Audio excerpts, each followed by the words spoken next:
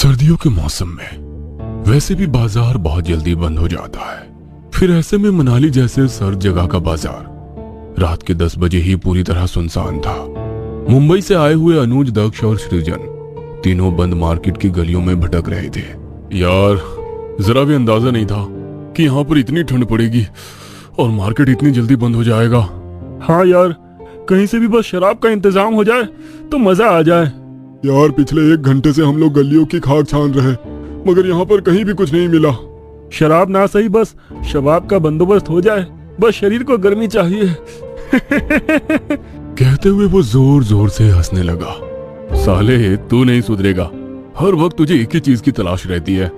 तभी अनुज को ऐसा लगा कि किसी ने उसे पुकारा। अनुज, कहाँ जा रहे हो? मैं तुम्हारा इंतजार कर रही हूँ। वो आवाज इतनी मनमोहक थी कि अनुज उस आवाज में खो गया। उसे होश ही नहीं रहा कि उसके दोस्त उसे छोड़कर आगे निकल गए हैं।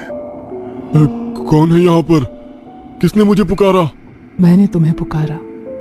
देखो, मैं यहीं पर तो खड़ी हूँ, मेरे पास आओ।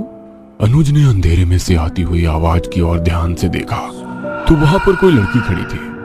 हवा में लहराते उसके बाल और चमकदार आंखें उसके खूबसूरत होने का प्रमाण दे रही थी। हवा में उसका दुपट्टा उड़कर उसके चेहरे पर आ रहा था। अनुज बिना कुछ सोचे समझे उसकी ओर बढ़ने लगा। कौन हो तुम? और रात गए यहाँ अंधेरे में क्या कर रही हो? यहाँ अंधेरे में? यहाँ तो मैं तुम्हारा इंतजार कर रही थी। तुम्हें ठंड लग रही है ना, तो तुम्हें गर्मी देने के लिए मैं आई हूँ। आओगे? मेरी बाहों में आ जाओ। आओ अनुज। अनुज को कुछ समझ में नहीं आया और वो उस लड़की के और करीब चला गया। मगर जैसे ही वो लड़की उसकी बाहों में आई, हवा के झोंके से उसका दुपट्टा उड़कर पास के पेड़ में अटक गया। क्या आप ये दुपट्टा निकाल कर देंगे मुझे? हाँ हाँ, और क्यों नहीं। कहते हुए अनुज ने जैसे ही पेड़ पर से उसका दुपट्टा हटाया, आसमान में तेज बिजली चमकी और उस लड़की का चेहरा अनुज को नजर आया। उस लड़की का भयानक चेहरा देखकर अनुज ठंड में पसीना पसीना हो गया। उस औरत का पत्थर से कुचला हुआ चेहरा बहुत ही भयानक लग रहा था। सर पर से बहता हुआ खून, बाहर निकली हुई आंख और उल्टे पैर। यह नजारा किसी की भी चलती हुई सांसों को रोकने के लिए काफी है। कौन हो तुम? कहते हुए अनुज ने खुद को उसकी बाहों के घेरे से आजाद करने का प्रयास करने लगा, मगर उसकी पकड़ अनुज पर बढ़ती जा रही थी। आओ ना मेरी बाहों में, आओ आओ। कहते हुए वो लड़की जोर जोर से हंसने लगी और देखते ही देखते उसने अनुज के शरीर को पूरी तरह से कुचल दिया। अगली सुबह मनाली के बाजार में हड़कंप मचा हुआ था। एक और टूरिस्ट की लाश मिली थी जिस पर लाल दुपट्टा ढका हुआ था। यह सब क्या हो रहा है हमारे इलाके में? आप लोग रात की गश्त के वक्त क्या करते हैं? आप में से किसी ने नहीं देखा कि उस लड़के के साथ क्या हुआ? सर, आप हमारा यकीन करिए, हमें कुछ नहीं पता। हम पूरी रात उस इलाके में ही थे, मगर हमने कुछ नहीं देखा। मुझे कुछ भी नहीं पता। कह देने से सब कुछ सॉल्व नहीं हो जाता। मेरे ऊपर कितना प्रेशर है आपको अंदाजा नहीं है। इस तरह से टूरिस्ट की मौत से प्रशासन का भी दबाव है हम पर। यह इस साल भर में ये चौथी घटना है। लोग मनाली आने से डरने लगेंगे। हमें जल्द ही कातिल को ढूंढना होगा। मगर सर, हमें किसी भी मौत में कोई क्लू नहीं मिलता सिवाय लाल दुपट्टे के। सर, मुझे तो लगता है किसी आत्मा वात्मा का चक्कर है। क्या बकवास कर रहे हो? जाओ, चारों केस की फाइल को लेकर यहाँ आओ, कुछ तो कॉमन होगा। इंस्पेक्टर के मांगने पर हवलदार वो केस फाइल लेकर आ गया। इंस्पेक्टर ने गौर से पूरी फाइल को देखा। उन्हें एक बात कॉमन समझ आई कि चारों भाई प्रोफेशनल सीए थे। जब उन्होंने और जांच की तो पूरा कच्चा चिट्ठा परत दर परत खुल गया।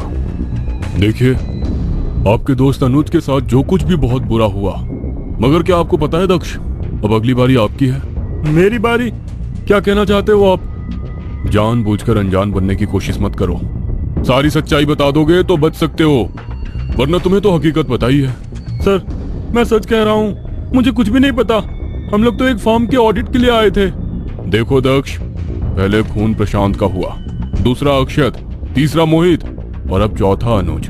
और अभी फाइल चेक करते हुए मुझे पता चला कि इन चारों के साथ तुमने भी दिल्ली यूनिवर्सिटी से सीए किया है। और तुम सब 2 साल पहले यहाँ आ चुके हो। उसके बाद किसी ने तुम्हें काम के सिलसिले में यहाँ बुलाया और सिलसिलेवार मौत हुई है। जब पहली बार तुम यहाँ आए थे उससे कोई ना कोई कड़ी तो जुड़ी है जो तुम्हें यहाँ पर बुलाकर मौत के घाट उतार रहा है। इंस्पेक्टर की बात सुनकर दक्ष का चेहरा पीला पड़ गया। वो जमीन की ओर देखकर अंगूठे से जमीन कुरेद रहा था। वो कुछ बताना चाहता था मगर मुंह से शब्द नहीं निकल पा रहे थे। अंगूठे जमीन में खोदकर कोई राज बाहर नहीं आने वाला है। अपने मुंह से फटाफट बताओ। दक्ष सृजन की ओर देखने लगा। सृजन भी हैरानी से दक्ष को देख रहा था और वो बोला, दक्ष, जो कुछ भी तुम जानते हो सब बता दो। हो सकता है इससे हमें अनुज के कातिल तक पहुंचने में मदद मिल जाए। शांत, अक्षत, मोहित, अनुज और दक्ष 5 लोग ड्रिंक कर रहे थे। ये मनाली जैसे हॉट हिल स्टेशन पर नाइट कितनी बोरिंग है। इससे ज्यादा मजा तो वहाँ दिल्ली में आता है। हाँ यार, एक तो ठंड से हालत खराब है, ऊपर से शरीर भी गर्मी मांग रहा है। साले, तू एक जगह ही क्यों अटका रहता है? वैसे भी तेरे शरीर को बहुत गर्मी मिल गई है। ड्रिंक का ओवरडोज हो रहा है। चलो, मिस्टर कटारे से कल मीटिंग भी है। हाँ यार, ये अनुज पहली बार सच कह रहा है। ज्यादा ड्रिंक होगी तो ऐसा ना हो कि जिस मीटिंग के लिए आए हैं उसे ही अटेंड ना कर पाए। बातें करते हुए 5 उस पब से बाहर निकले। वे लोग कैब का वेट कर रहे थे। तभी एक लड़की कुछ पूछते हुए उनके पास आई। मैं अपने फ्रेंड से अलग हो गई हूँ। मुझे होटल रत्नागिरी तक पहुँचना है। यहाँ पर कोई ऑटो भी नजर नहीं आ रहा है और कैब की बुकिंग भी नहीं हो पा रही है। क्या आप मेरी हेल्प करेंगे? लड़की को देखकर उन 5 की आंखों में चमक आ गई। हाँ, क्यों नहीं, हम भी होटल रत्नागिरी में ही रुके हैं। आप हमारे साथ ही चलिएगा। जैसे ही वे 5 लड़की को लेकर एक रेस्ट हाउस पहुंच गए। रेस्ट हाउस श्री बन्ना उनके क्लाइंट का था। यहाँ पर उन 5 के अलावा कोई भी और नहीं था। अरे, ये हम लोग कहाँ आ गए हैं? हमें तो होटल रत्नागिरी जाना था ना। अरे, हम 5 रत्न तुम्हारे सामने खड़े हैं और तुम्हें रत्नागिरी जाने की पड़ी है। वे सभी लोग उस लड़की का हाथ पकड़कर जबरदस्ती उसके कमरे में ले गए और उसके साथ जबरदस्ती करने लगे। एक साथ 5 लोगों की जबरदस्ती वो लड़की सहन ना कर पाई और मर गई। ओह, अब क्या करें? करना क्या है? चलो यहाँ से। अरे, ऐसे ही चले जाएंगे तो पकड़े जाएंगे। इस लाश को ठिकाने लगाना पड़ेगा। 5 उस लड़की की लाश को उठाकर रेस्टोरेंट के पीछे गार्डन में लेकर गए।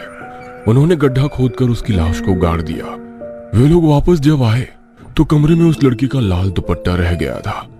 वे लोग उस दुपट्टे को जलाकर अपना काम खत्म करके वापस अपने शहर लौट आए थे। जब अनुज की लाश पर उस लाल दुपट्टे को देखा तो मैं भी हैरान था। एक तो लड़की के साथ जबरदस्ती करने का गुनाह, उसके बाद उसकी लाश छुपाने का गुनाह। आपको तो सजा मिलकर रहेगी। हवलदार, उनकी बताई हुई जगह पर उस लड़की की लाश को ढूंढो। इंस्पेक्टर के कहने पर जब हवलदार उस लड़की की लाश को ढूंढने के लिए जाने वाला था कि अचानक पूरे पुलिस स्टेशन का माहौल बदल गया। लाइट बंद चालू हो रही थी। ठंडी हवा चलने लगी और उस हवा के साथ आया लाल दुपट्टा जो दक्ष के गले में फांसी के फंदे की तरह लिपट गया। आज उस लड़की का बदला पूरा हुआ। अपनी आंखों के सामने इंस्पेक्टर ने एक आत्मा का इंतकाम देखा था। इंस्पेक्टर ने वो 5 केस फाइल हाथ से लिखकर उसे बंद कर दिया। दोस्तों, हमारे चैनल खूनी फंडे 555 को सब्सक्राइब करना ना भूलिएगा।